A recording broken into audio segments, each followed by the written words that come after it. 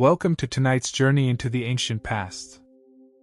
As evening settles over the Nile Valley, the heat of the Egyptian day slowly begins to loosen its grip. The sun hangs low above the western horizon, turning the river into a long ribbon of copper and gold. Along the banks of the Nile, the shadows of date palms stretch across the earth. Boats move quietly with the current, their sails lowered as fishermen, traders, and workers make their way home.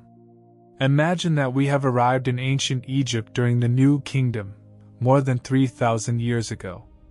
We are near the great city of Thebes, one of the most important places in the Egyptian world. Across the river rise temples dedicated to powerful gods. Beyond the cultivated land, the desert begins almost suddenly, forming a pale wall between the green fields of the Nile and the dry wilderness beyond. For the people living here, the setting of the sun does not simply mark the end of another working day. It begins a quieter part of life. The fields become still. The workshops empty. Families gather inside their homes. Temple doors close for the evening. And as darkness approaches, the people of ancient Egypt prepare for a world lit not by electricity, but by small lamps, glowing hearths, moonlight, and stars. Our journey tonight is not through the grand ceremonies of pharaohs or the great battles carved onto temple walls. Instead, we will spend a quiet night with ordinary people. We will walk through narrow streets. We will enter simple homes. We will listen to the sounds of evening meals being prepared. We will imagine the conversations of families as they sit together after a long day. And as the night deepens, we will explore how ancient Egyptians understood darkness, dreams, sleep, religion, danger, and the mysterious journey of the sun through the underworld beneath the horizon. The day has been long. Most people have been awake since sunrise. Farmers have worked beside irrigation canals. Craftsmen have shaped wood, stone, metal, and clay. Scribes have prepared documents and counted supplies. Servants have carried water. Merchants have exchanged goods. Priests have performed ceremonies inside temple complexes. The rhythm of life has followed the movement of the sun. Now, that rhythm begins to slow. Along the Nile, a farmer washes dust from his hands before returning home. The agricultural year in Egypt depends almost entirely on the river. For generations, the annual flooding of the Nile has renewed the soil, allowing crops such as wheat and barley to grow in a landscape surrounded by desert. A farmer's life is shaped by seasons of flooding, planting, and harvest. During the busiest periods, work can be exhausting. So the arrival of evening is welcome. A simple house waits nearby. Most ordinary Egyptian houses are made from mud brick. The material is practical and abundant. Mud from the Nile is mixed with straw, shaped into bricks, and left to dry beneath the sun. Inside, the walls help protect the family from the intense daytime heat. The house is not grand. There may be only a handful of rooms. Furniture is limited. A few wooden stools. Perhaps a low bed. Storage containers. Woven baskets. Pottery jars. Most possessions are practical and used every day. On the roof, the evening air is cooler. Some families may spend time there when the weather allows, enjoying the breeze after sunset. The flat roof can become another living space. It is a place to work, a place to talk, and sometimes, when the temperature inside the house remains uncomfortable, a place to rest beneath the night sky. Outside, children who spent part of the evening playing begin to return home. Dogs wander through the streets. Some have owners. Others move freely through settlements, searching for scraps. The sounds of animals mix with human voices. Donkeys have carried loads throughout the day. Cattle have returned from grazing. Goats and sheep are gathered into safer spaces.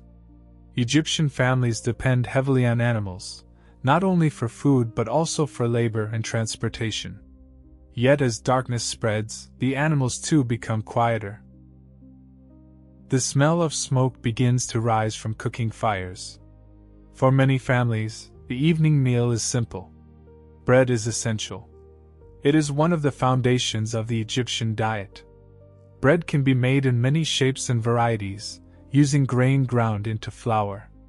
The process of grinding grain is labor-intensive and often performed by women in the household or by workers assigned to food preparation. Alongside bread there may be onions, lentils, dates, figs, or vegetables. Beer is also common. Ancient Egyptian beer is not exactly like the clear bottled drink familiar today.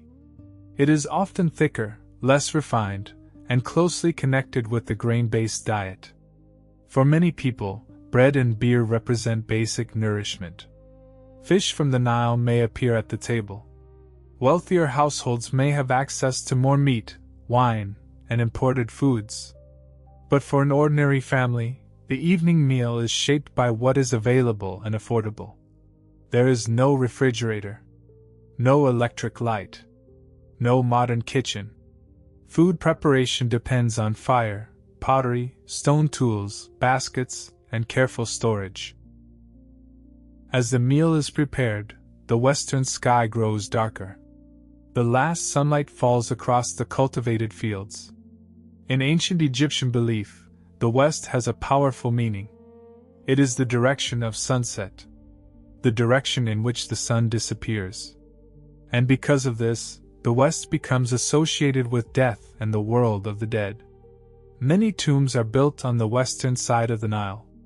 The living watch the sun vanish each evening, knowing that it will return the following morning. This daily disappearance and return helps shape Egyptian ideas about death and rebirth. To us, sunset may simply mark the coming of night.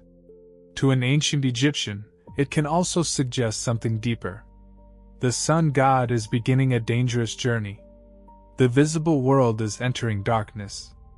And somewhere beyond human sight, the forces of order and chaos are preparing to meet again.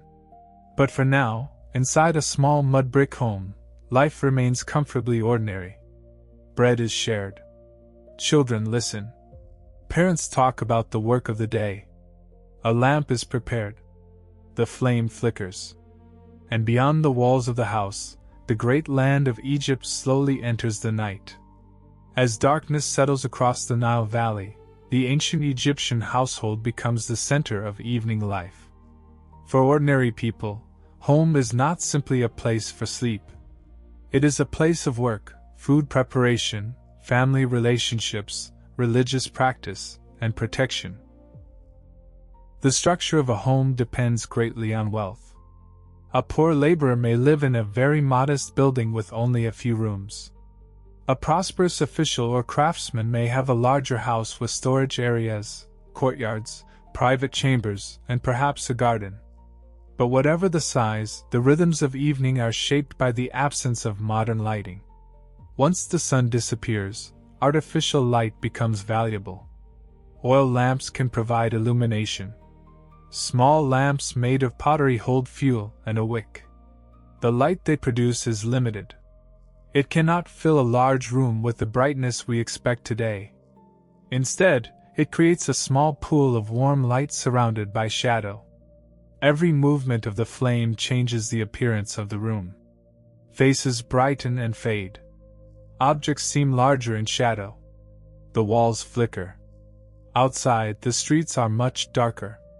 A person walking at night must rely on moonlight, starlight, lamps, torches, or personal knowledge of the path.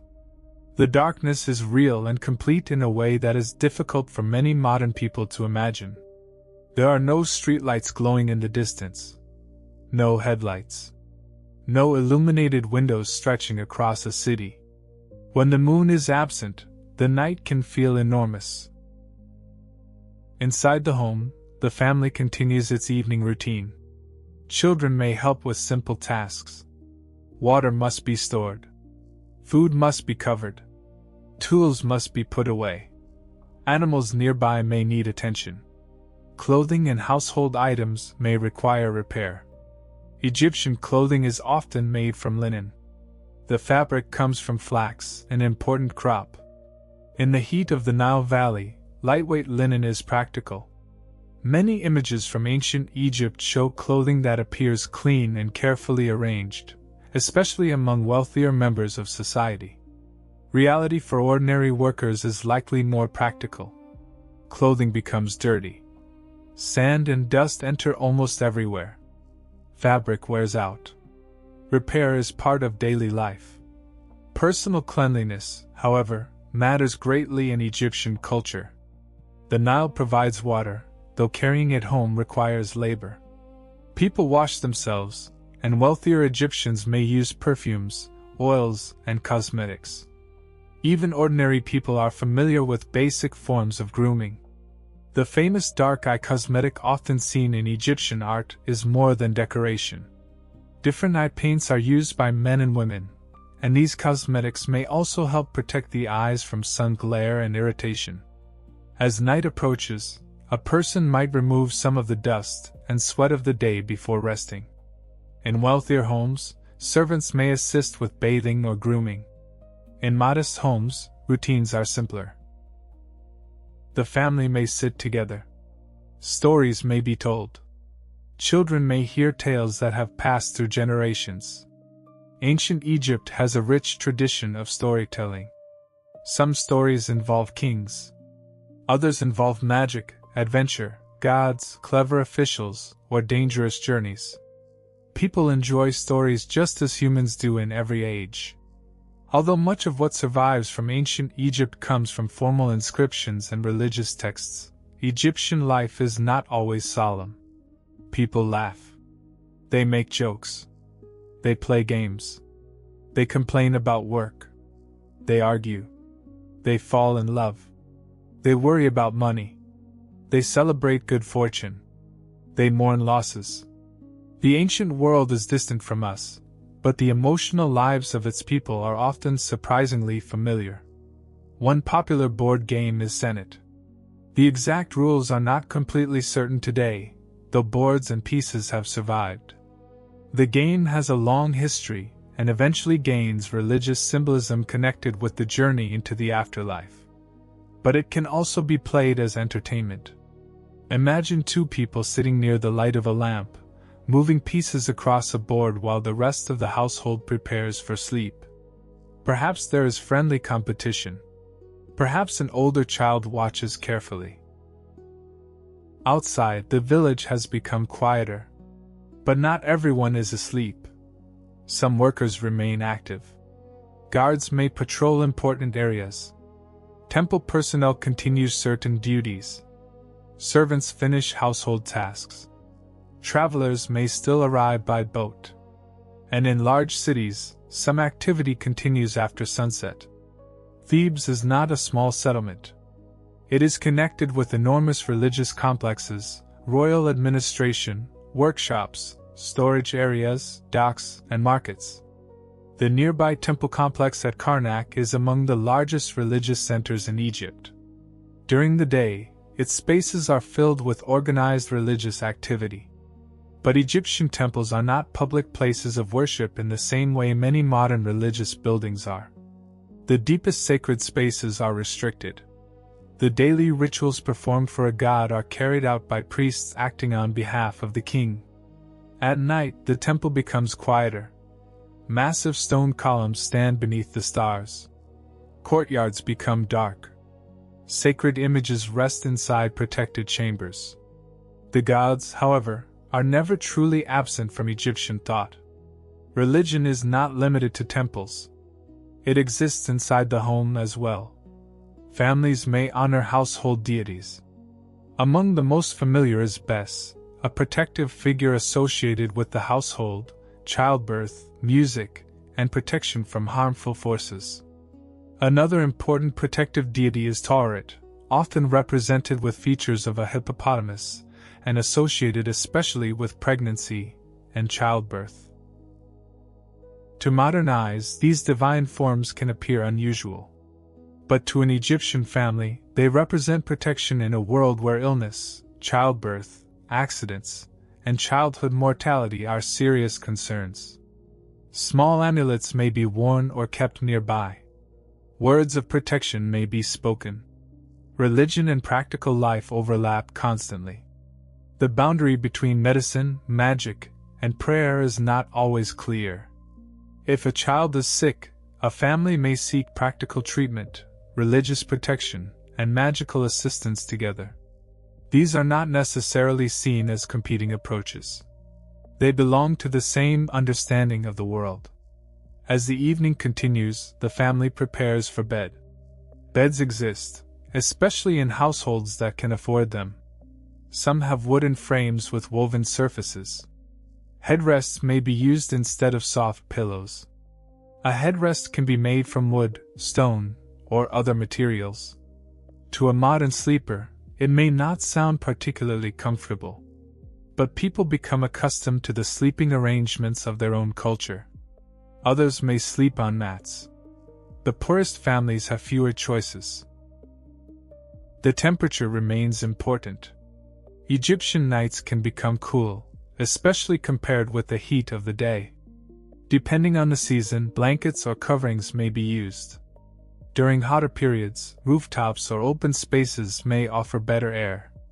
Mosquitoes and other insects can be a problem near the river and irrigation water. People living in the Nile Valley understand that nighttime comfort is never guaranteed. There are sounds outside. Dogs bark. An animal moves. Someone passes through the street.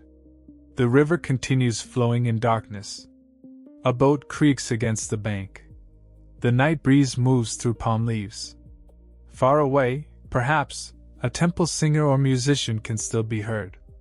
Eventually, the household flame is reduced. The lamp grows dim. Conversation becomes quieter. One by one, people lie down. For an ordinary family, tomorrow will begin early. The first light of dawn will bring another day of work. But before that morning comes, they must pass through the hours of darkness. And in ancient Egyptian belief, those hours belong not only to sleeping humans. They also belong to the gods. To understand an ancient Egyptian night, we must look beyond the walls of the home and toward the heavens. The Egyptian sky is one of the most important landscapes in the ancient world. At night, away from modern artificial light, the stars appear with extraordinary clarity. The Milky Way stretches overhead. Constellations move slowly across the darkness. The moon passes through its changing phases. And for people who observe the sky generation after generation, these movements are part of a larger system of time, religion, and order. Ancient Egyptians are careful observers of the natural world. The flooding of the Nile, the movement of the sun, the appearance of particular stars, the changing seasons. These patterns help organize life. One of the most important celestial observations is associated with Sirius, the star known to the Egyptians as Sopdet. Its annual reappearance in the eastern sky is closely connected with the seasonal cycle and the coming Nile flood.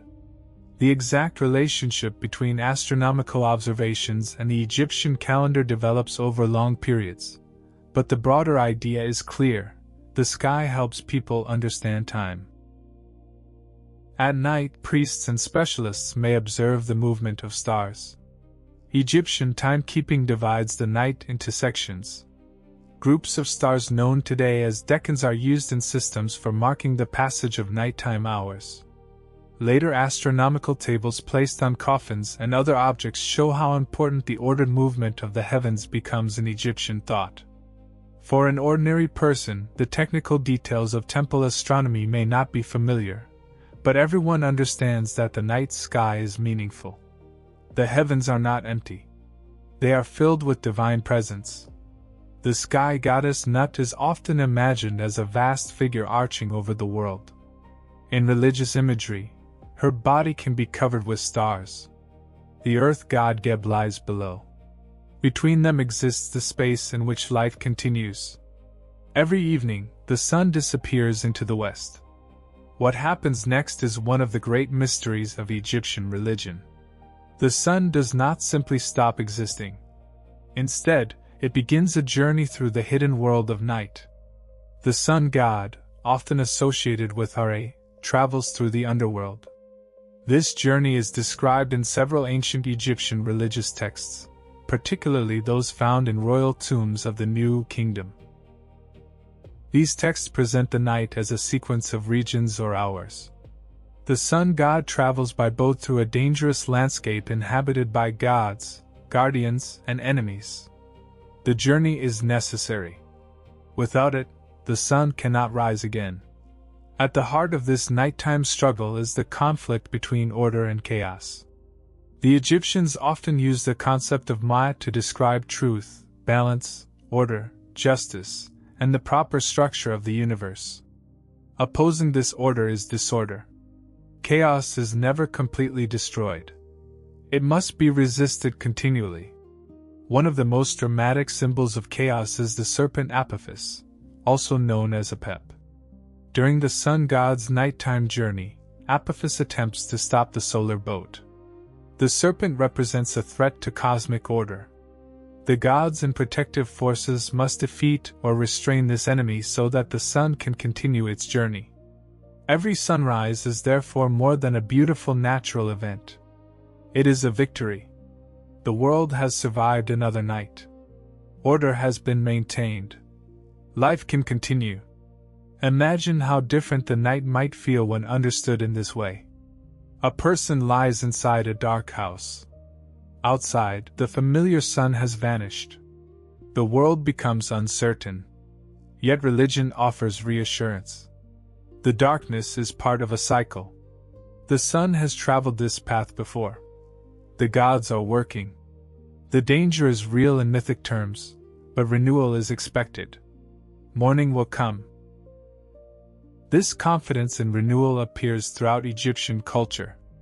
The Nile floods and returns. Crops grow, are harvested, and grow again.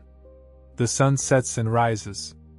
People die, yet religious belief offers the possibility of continued existence.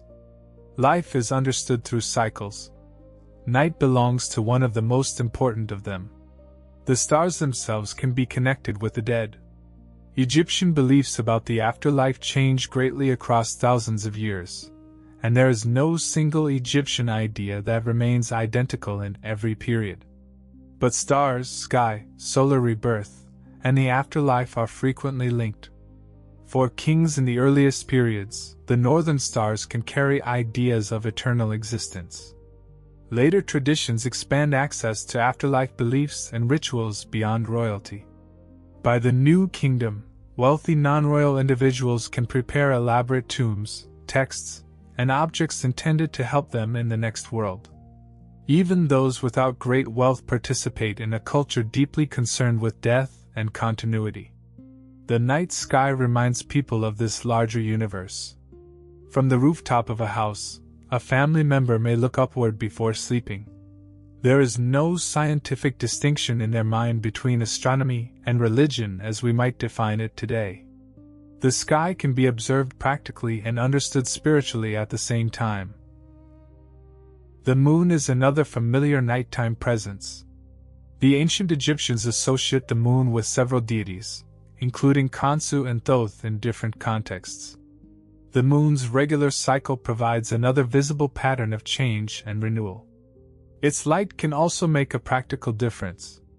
A bright moon transforms the landscape.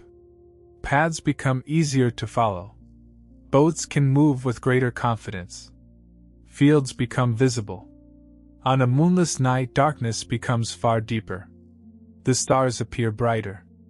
A traveler must be more careful. The Nile itself can become difficult to judge. Water, reeds, and shadows merge together. Danger is never entirely absent from the ancient landscape. Crocodiles live in the Nile system. Hippopotamuses can be extremely dangerous. Snakes and scorpions are familiar threats. Wild animals inhabit desert regions. Thieves and human violence are also possible. Darkness makes uncertainty greater. This is one reason protection matters so much. Amulets, prayers, divine names, and magical texts can offer reassurance. The night is not viewed as automatically evil, but it is a time when visibility decreases and hidden forces seem closer. Within a home, a parent may check on sleeping children. A protective amulet may hang nearby. The figure of Bes, fierce in appearance but protective in purpose, may guard the domestic space. Perhaps a small lamp still burns. Perhaps the family has allowed the room to become completely dark. Outside, guards may walk near important buildings. At temples and royal sites, security is necessary. Valuable goods are stored in many places. Grain, metal, textiles, tools, and ceremonial objects all require protection. In the workers' village of Deir el-Medina, on the western side of Thebes, skilled craftsmen and their families live near the royal tombs they help create. Documents from this community provide some of the richest evidence we have for daily life in ancient Egypt. The people there write letters, complaints, legal documents, lists, and personal messages. Through these records, we glimpse something rare, not only kings and gods, but ordinary human concerns. Disputes between neighbors, work absences, payments, family problems, property disagreements, even complaints about poor working conditions. At night, these workers return to homes filled with many of the same worries that people carry home today. Perhaps a craftsman wonders whether his grain payment will arrive. Perhaps someone worries about a sick relative. Perhaps another person thinks about an argument earlier in the day.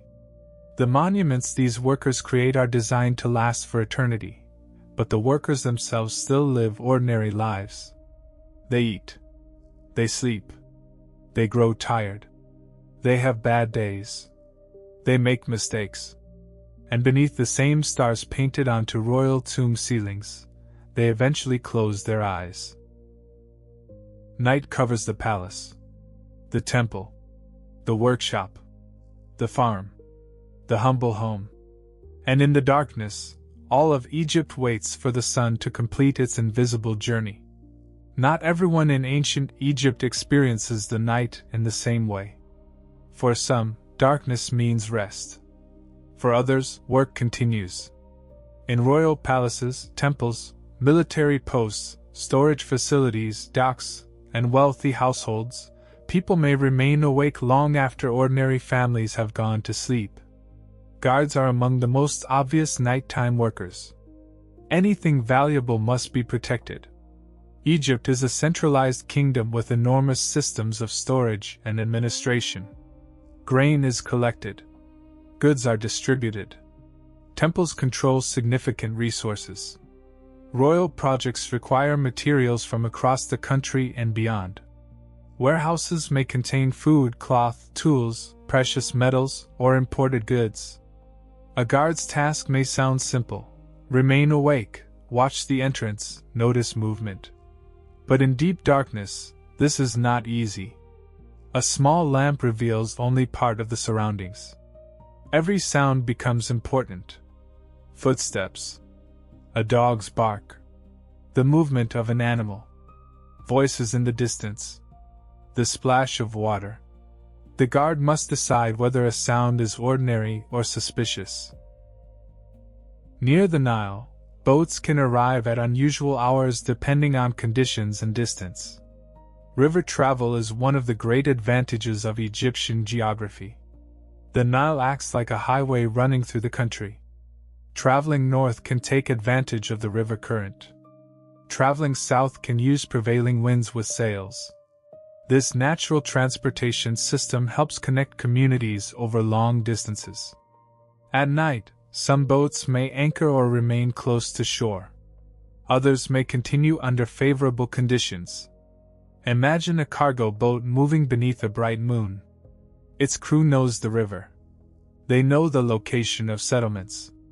They understand currents and obstacles. But nighttime travel still carries risk. A mistake in darkness can damage a boat or cargo. Most ordinary travelers prefer the security of familiar stopping places. Along the riverbank, fishermen may prepare equipment for early morning. Fishing is an important source of food. The Nile and its wetlands support many species. Fishing methods include nets, traps, spears, and lines. Scenes painted in tombs often show idealized images of fishing and hunting in marshes. The reality can be messy, physical work. At night, the smell of water and mud rises from the river. Insects gather near lamps. Reeds move in the breeze. The landscape feels different from the bright open world of daytime. Elsewhere, inside a temple complex, certain priests may be active before dawn. Temple ritual follows carefully organized traditions. At the center of Egyptian temple worship is the cult statue of the deity. The statue is treated as a divine presence. Daily ritual can include opening the shrine, presenting offerings, clothing or anointing the divine image, burning incense, and reciting sacred words. The exact practices vary by place and period. Much of this activity is hidden from ordinary public view. Before the first major rituals of mourning, priests must prepare themselves. Purity is essential. Washing and ritual cleanliness are important. The temple is imagined as a place where divine order is maintained. The rituals performed there are not merely symbolic acts for individual worshippers. They help sustain the relationship between gods, king, land, and cosmos. As the hours of night pass, preparation for morning gradually begins. Elsewhere in Thebes, bakers may rise early. Bread production for large institutions requires enormous labor. Temples, palaces, work crews, and military forces all need food. Large-scale bread and beer production involves teams of workers. Grain must be measured, ground, mixed, baked, or processed. Beer must be prepared. Storage containers must be filled. Some of this work begins before sunrise so that food is ready when the day becomes active. A modern city often seems to sleep only partially. Ancient cities are much darker and quieter, but they too contain people whose work ignores the usual rhythm of rest. Servants may rise before the households they serve. A wealthy official expects water, clothing, food, and preparation. The visible comfort of elite life depends on the labor of others. At the highest level of society, the pharaoh exists inside a world far removed from the ordinary farmer. The king is surrounded by officials, servants, guards, scribes, and members of the household. Yet even the palace follows basic human rhythms. People sleep. Rooms grow dark. Guards remain awake. Servants prepare for morning. The king himself has a deeply symbolic role. Pharaoh is not simply a political ruler, he is central to the religious order of Egypt. The king is responsible for maintaining Ma'at and serving as the intermediary between the gods and the people. In temple imagery, the pharaoh is shown making offerings to gods across Egypt, even though priests perform most daily rituals and practice. At night, while the sun god travels through the underworld, the divine order associated with kingship continues symbolically. The royal tombs in the Valley of the Kings are designed with this nighttime solar journey in mind. Their walls contain elaborate scenes and texts describing the sun god's passage through darkness. A royal burial chamber can become a symbolic space of transformation. The dead king is connected with divine cycles of death and rebirth. In those silent tombs, carved deep into the western cliffs, darkness is permanent unless a lamp or torch is brought inside. Workers constructing the tombs rely on artificial light. Lamp use is carefully managed. Records from Deir el-Medina even preserve information about materials provided to workers. Such details remind us that creating eternity requires ordinary logistics: oil, wicks, tools, food, labor, administration. The grandest religious ideas depend on people doing practical work. Imagine a tomb worker returning home after spending the day underground. He has been surrounded by images of gods, funerary texts, and royal rebirth.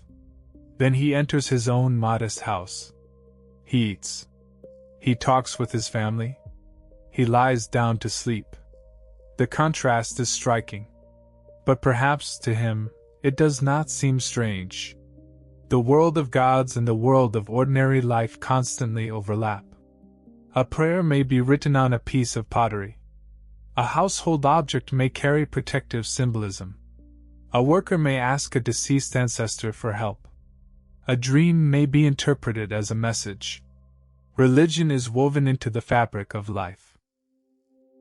This becomes especially important at night, because sleep itself can be mysterious. When a person closes their eyes, the conscious world disappears. Dreams bring unexpected images. The dead may appear. Gods may appear. Strange events may seem completely real until waking. Ancient Egyptians, like many ancient peoples, can treat certain dreams as meaningful. Dream interpretation is known from surviving texts.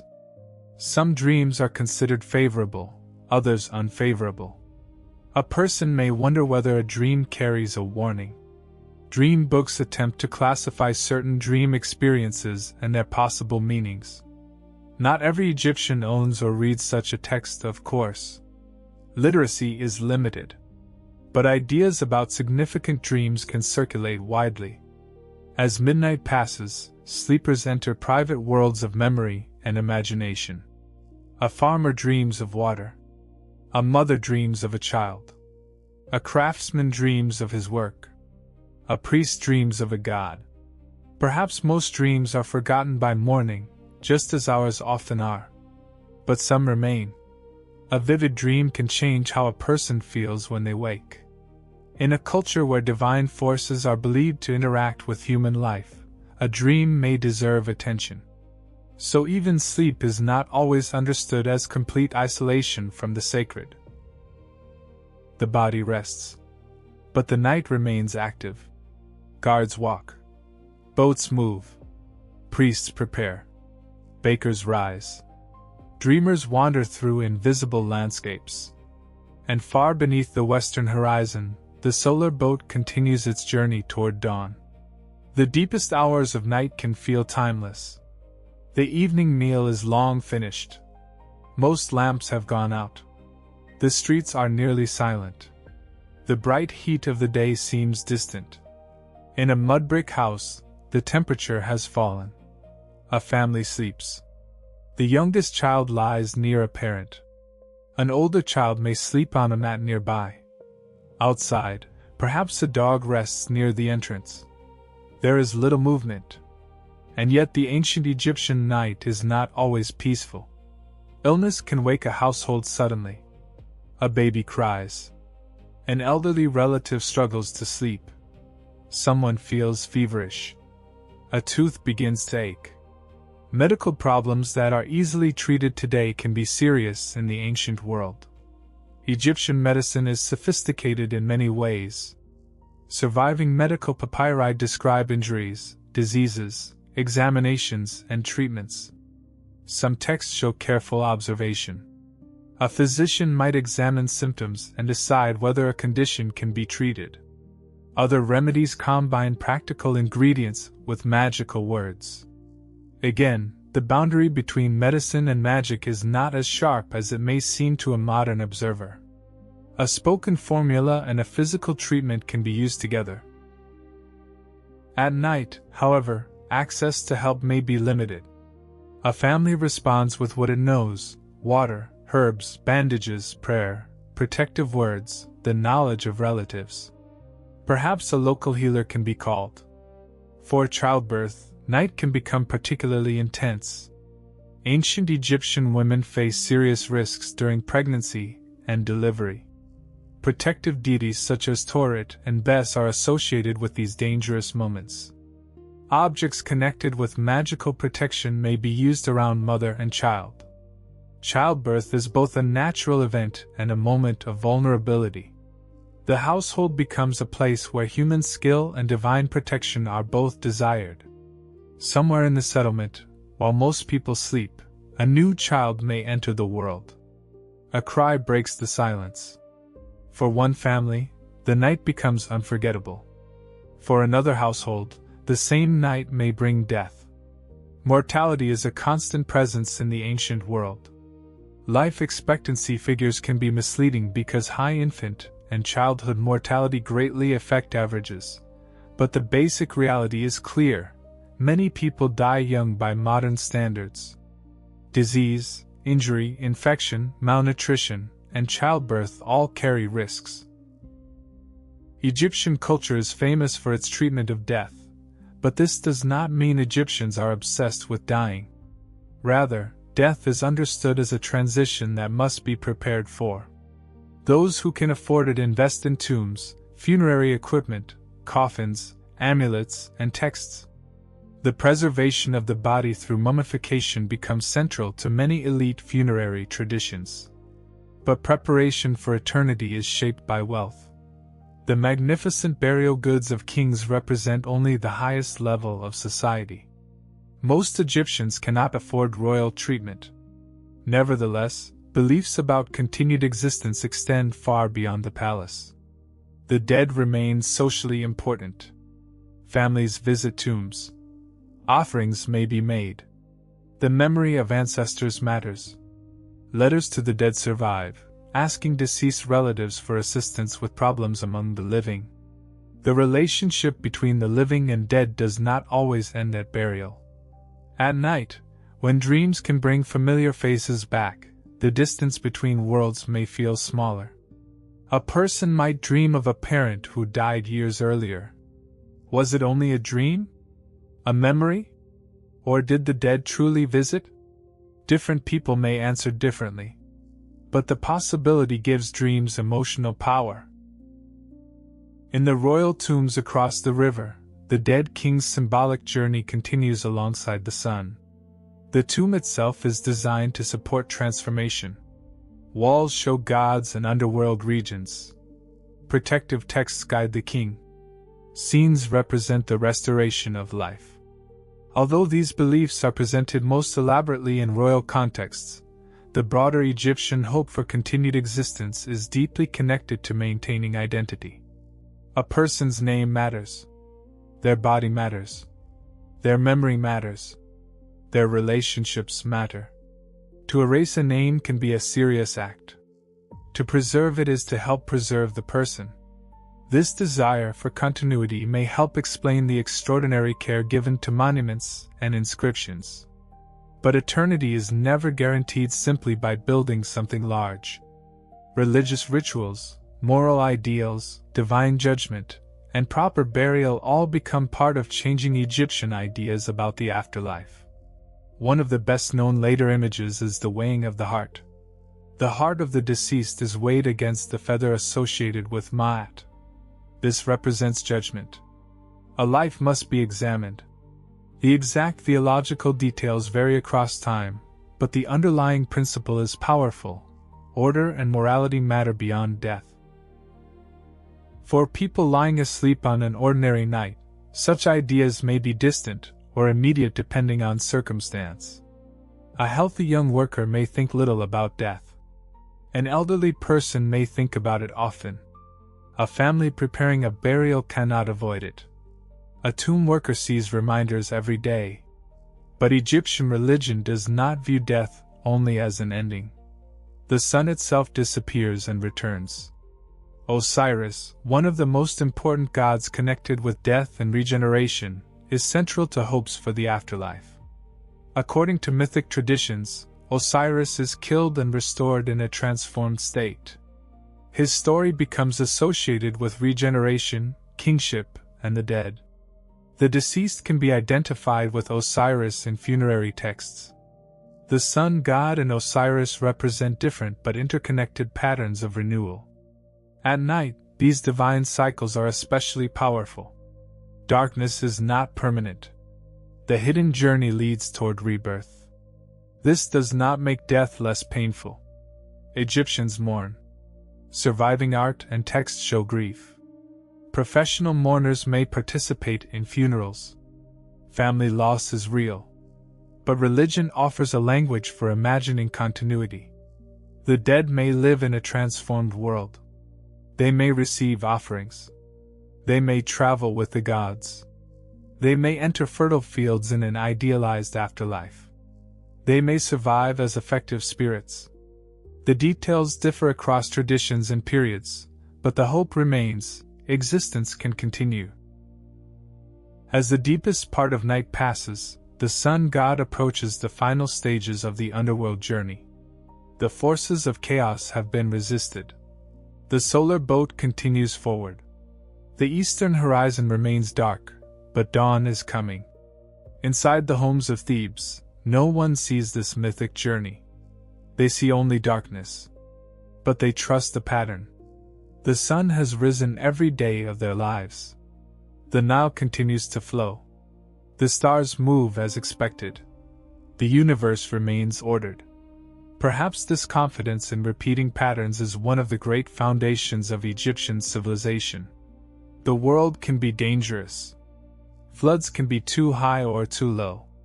Crops can fail. Kings can die. Empires can face war. People can become sick.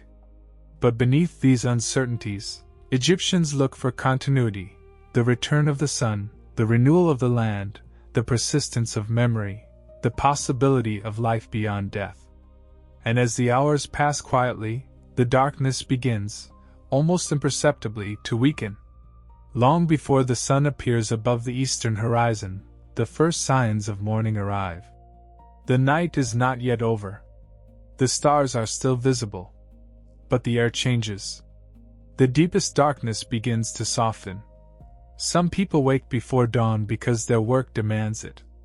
A farmer rises early. A baker tends a fire. A servant begins preparing a household. A priest washes before ritual duties. A boatman checks his ropes. The village that seemed completely still begins to move again. Inside a modest home, someone rekindles a small fire. The process of beginning the day takes time. There is no switch to turn on the lights. No tap that instantly provides running water. No packaged breakfast waiting in a cupboard. Every basic need requires preparation. Water must have been carried or stored. Grain must be processed. Bread must be prepared. Clothing must be arranged. Tools must be gathered. The ordinary day depends on countless acts of labor that modern convenience often hides from us. For women in many households, domestic work begins early. Ancient Egyptian women have legal rights that can appear notable compared with some other ancient societies. They can own property, inherit, enter contracts, and initiate divorce under certain circumstances. But daily life is still shaped by social roles and economic status. Many women manage demanding household responsibilities. Food preparation, textile production, child care, and other forms of labor consume enormous amounts of time. Women also work in many economic and religious roles. Some serve as musicians or singers connected with temples. Others work in fields, workshops, estates, or domestic service. Elite women can hold wealth and influence. As always, there is no single experience shared by every Egyptian woman. Class matters. Location matters. Period matters. Family circumstances matter. The same is true for men. A farmer's life differs greatly from that of a scribe. A soldier's life differs from that of a priest. A quarry worker faces different dangers from a merchant. Egyptian society is hierarchical. At the top stands the king. Below him are powerful officials, priests, administrators, military leaders, and scribes. But the great majority of people support society through labor. Agriculture is fundamental. Without the grain produced along the Nile, the temples, army, bureaucracy, and royal court could not function. This dependence becomes obvious each morning. As dawn approaches, farmers prepare to return to fields and canals. Irrigation requires organization. Water must be directed. Channels maintained. Fields measured. The Nile flood can alter boundaries, making surveying important. Scribes and officials track resources and taxation. Writing gives the Egyptian state enormous administrative power. Yet literacy is limited. Most people do not read or write formal hieroglyphic inscriptions. Professional scribes train for specialized roles. They use different writing systems depending on context. Hieroglyphs are famous today for their beauty and monumental use, but faster cursive scripts are more practical for everyday administration. A scribe's working life may involve accounts, inventories, letters, legal records, and official reports. Before dawn, a scribe preparing for travel might gather writing materials, a palette, ink, writing tools, and papyrus when available and appropriate. For less formal notes, ostraca, pieces of pottery or stone flakes, are extremely common. Many surviving everyday documents from Deir el-Medina are written on such materials. These humble fragments preserve voices that might otherwise have disappeared: a complaint, a list, a personal message, an attendance record, a joke, a letter between family members. When we read them today, we come closer to ordinary Egyptian life than when looking only at royal monuments. The people who built tombs for kings also miss work because they were sick, or because they had family responsibilities, or because they needed to brew beer. Human life appears between the lines of administration. As morning approaches, the temple also prepares to awaken symbolically.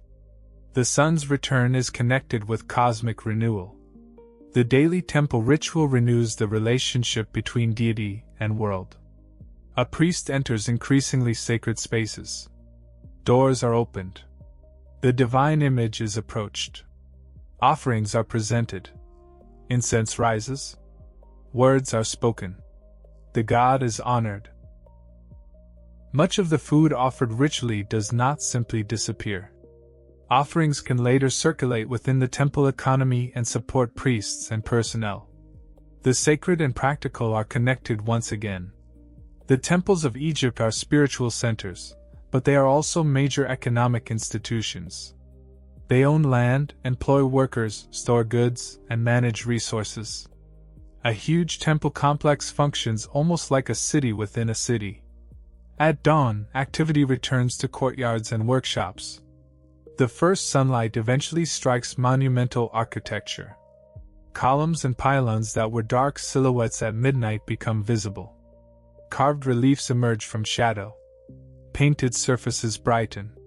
The temple appears renewed. Across the Nile, the western cliffs begin to glow. The land of tombs is touched by morning light. For the living, the west remains the place where the sun went down. But now attention turns east, the direction of sunrise, the direction of rebirth. The sun god has survived the night. The solar boat emerges into the visible world. Ra returns.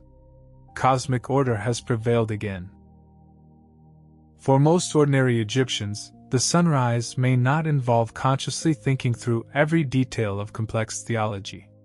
Just as people today can live inside a religious culture without constantly debating its doctrines, ancient Egyptians experienced belief at many levels. A priest's understanding differs from a farmer's. An educated scribe may know texts unavailable to most people.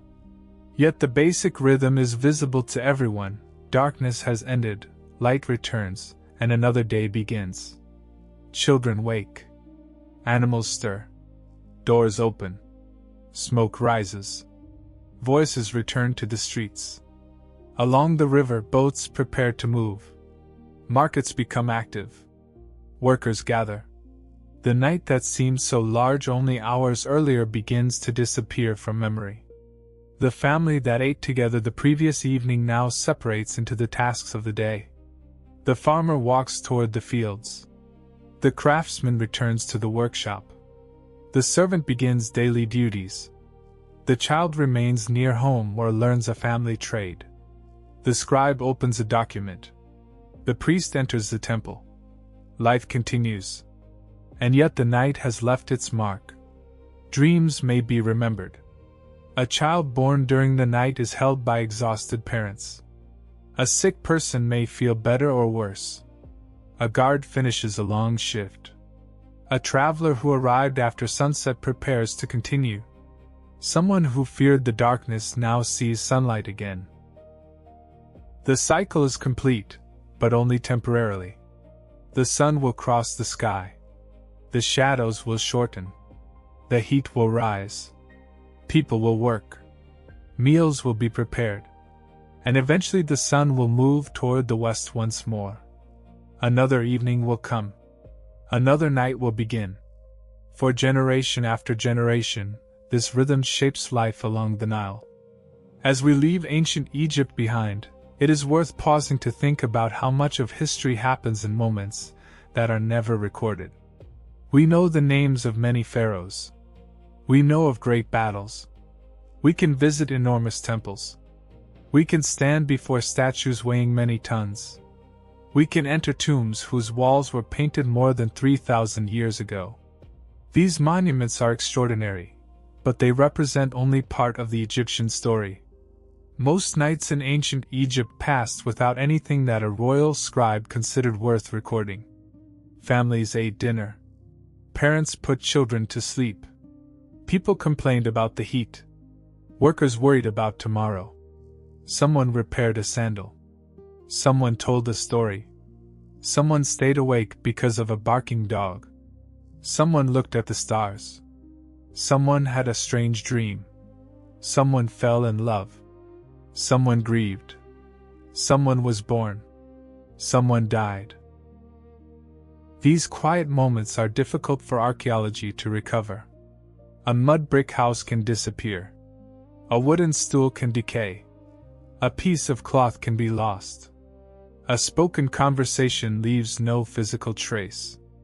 And yet this ordinary life is the foundation on which the visible achievements of ancient Egypt were built.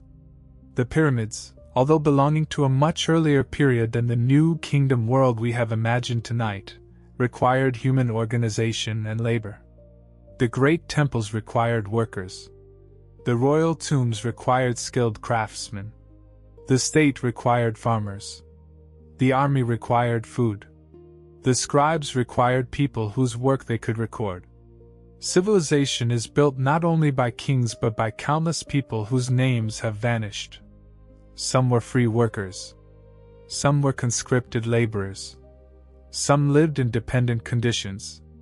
Slavery also existed in ancient Egypt, although Egyptian systems of forced labor and dependency changed over time and do not fit neatly into a single simple category. The ancient society we admire for its architecture was still deeply unequal. Power was concentrated. Labor could be harsh. Punishments could be severe. Life for the poor was difficult. A romantic image of Egypt should never erase these realities. Yet neither should hardship erase the humanity of the people who lived there. They created families, music, games, jokes, stories, crafts, religious traditions, and communities. Their world contained beauty as well as difficulty. At night, social differences remained visible. A wealthy official slept in a large home with servants. A laborer slept in a modest room. A king rested inside a guarded palace. A prisoner or servant might have little comfort at all. But everyone lived beneath the same darkness. Everyone depended on the return of light. Perhaps this shared rhythm is one reason the cycle of the sun became such a powerful symbol. Night made the world uncertain. Morning restored visibility. The hidden became visible again. The dangerous hours passed. Ancient Egyptian religion transformed this daily experience into a cosmic drama. The sun's journey through darkness became a model of renewal. The dead could hope for transformation. The universe could survive chaos. Order could be restored. The morning sun carried a promise that what disappeared might return in another form. Today, when we look at ancient Egyptian objects in museums, they are usually separated from the world that gave them meaning. A lamp sits behind glass. A wooden headrest becomes an artifact. A bowl is labeled with a date and excavation number. A gaming board becomes evidence of ancient leisure. A tiny amulet becomes an example of religious belief. But once, these were ordinary possessions. Someone filled that lamp with oil. Someone rested their head on that support. Someone ate from that bowl. Someone moved a game piece across that board. Someone wore that amulet because they believed protection mattered. Archaeology allows us to reconstruct fragments. History gives us context. Imagination, used carefully, helps us connect the fragments into human experience. We cannot know exactly what one particular family said on one particular night in Thebes 3,000 years ago. We should not pretend that we can. But we can understand the environment around them: the mud brick walls, the grain-based meal, the flickering lamp, the sound of animals, the darkness beyond the doorway, the stars above the roof, the river nearby, the temples in the distance, the tombs across the western bank.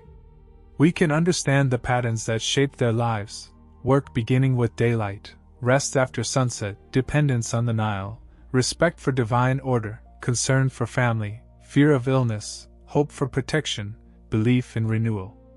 And through these patterns, the ancient world becomes a little less distant.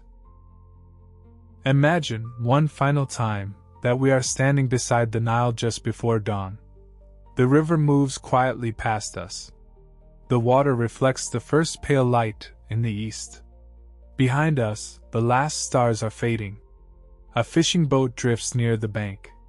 Someone calls softly to another person. A donkey makes a sound from somewhere inside the settlement. Smoke rises from the first cooking fire. Palm leaves move in the morning breeze. Across the fields, the outlines of workers appear. They are beginning another day. On the horizon, the sunlight strengthens. The color of the sky changes from deep blue to pale gold. Then the edge of the sun appears. For us, it is a sunrise. For the ancient Egyptians, it is also the completion of a cosmic journey. The sun has passed through darkness. The forces of chaos have failed to stop it. Light returns to the land. The temples brighten. The river shines. The fields become visible. The world has been renewed. Inside the houses, families wake. The quiet night is over. Soon the heat will return. The streets will fill. Workshops will become noisy. Boats will move along the Nile. Scribes will record supplies. Farmers will tend the land. Priests will perform rituals. Children will play. And life will continue as it has for generations. But tonight, for a few quiet hours, we stepped away from kings and monuments. We entered the ordinary darkness of the ancient world. We sat beside a small lamp. We listened to a family prepare for sleep. We looked upward at the stars. We followed guards through silent streets. We imagined priests preparing before dawn. We considered dreams, illness, birth, death, and the hope of renewal. And perhaps the most remarkable thing we discovered is not how different these people were from us. It is how familiar some parts of their lives remain. They wanted safety. They wanted food. They wanted rest. They cared about their families. They worried about the future. They remembered the dead. They hoped tomorrow would come. Thousands of years have passed. The pharaohs are gone. The ancient temples stand in ruins. Many branches of the Nile have shifted. Cities have grown over older cities. Languages have changed. Empires have risen and disappeared. But every evening, the sun still sets over Egypt. The Nile still reflects the changing sky. Stars still appear above the desert. And after the darkness passes, morning still returns. For the people of ancient Egypt, this endless cycle helped explain the structure of existence itself. For us, it offers something quieter, a reminder that history is not only a sequence of famous events, but also an accumulation of ordinary nights. Millions of people lived beneath those ancient stars. Most left no written record of their thoughts. Their voices are gone. Their names are forgotten. But the world they created remains in walls, in pottery, in tools, in texts, in tombs, in temples, and in the traces of homes where ordinary families once closed their eyes at the end of a long day. The sun has now risen over the Nile. Our quiet night in ancient Egypt has come to an end. And somewhere beyond the horizon of history, another ordinary day begins.